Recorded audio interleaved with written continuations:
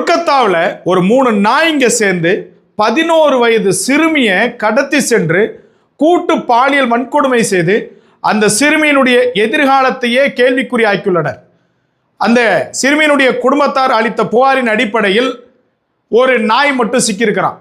அவனை காவல்துறை என்ன பண்ணியிருக்குது, கூப்பிட்டு போயிட்டு எப்பட்றா பண்ண சொல்லி நடிச்சு காட்டான்னு சொல்லிட்டு சொல்லக்குள்ள அந்த இடத்துல அவன் நடிச்சிட்டு இருந்திருக்கிறான். தப்பிச்சு ஓடுவதற்கு முயன்ற போது காவல்துறையினுடைய துப்பாக்கியை அவன் எடுக்க முயன்றதாக கூறி காவல்துறை அவனை என்கவுண்டர் செய்திருக்கிறாங்க. அங்கே என்ன நடந்திருக்கும் நமக்கு தெரியும். நல்ல விஷயம் தான், இதுக்கு ஒன்றும் தப்பே கிடையாது.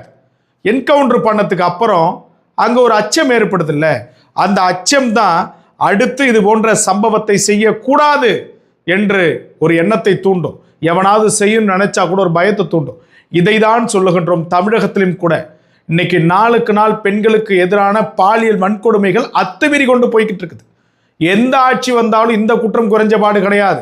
அது அதிமுகவாக இருக்கட்டும், திமுகவாக இருக்கட்டும், தாவேக்காவாக இருக்கட்டும், எந்த ஆட்சி வந்தாலும் பெண்களுக்கு எதிரான பாலியல் வன்கொடுமைகள் நாளுக்கு நாள் நொடிக்கு நொடி அதிகரிச்சுட்டு இருக்குது. இதை எப்படி கட்டுப்படுத்த போறீங்க? சிங்க பெண்ணு, சிறுத்தை பெண்ணு போட்டுலாம் ஒன்றும் புண்ணியம் இல்லை. அவங்களாம் ரீல்ஸ் போட்டுட்டு உட்காந்துருக்கிறாங்க.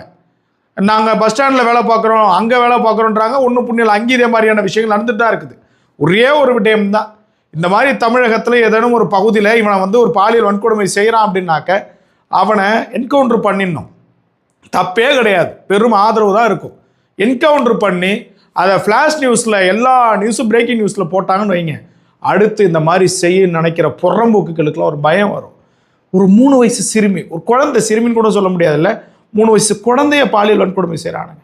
எப்படி ஈவு இறக்கம் இல்லாமல் அறிவிப்படுத்து நாய்ங்க அலையுதுங்க. நீங்கள் ஒரே ஒரு விஷயம்தான், பெண்களுக்கு எதிரான பாலியல் வன்கொடுமைகள் நம் தமிழகம் மட்டுமின்றி உலகத்திலே குறைக்கப்பட வேண்டும் என்று சொன்னால் சட்டங்கள் கடுமையாக்கப்படணும்.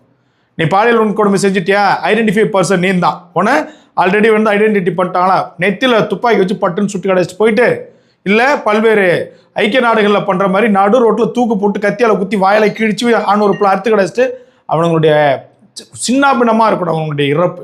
அந்த மாதிரி இருந்தால் மட்டும்தான் இந்த மாதிரியான குற்றங்கள் குறையும். சட்டங்கள் கடுமையாக்கப்பட வேண்டும்.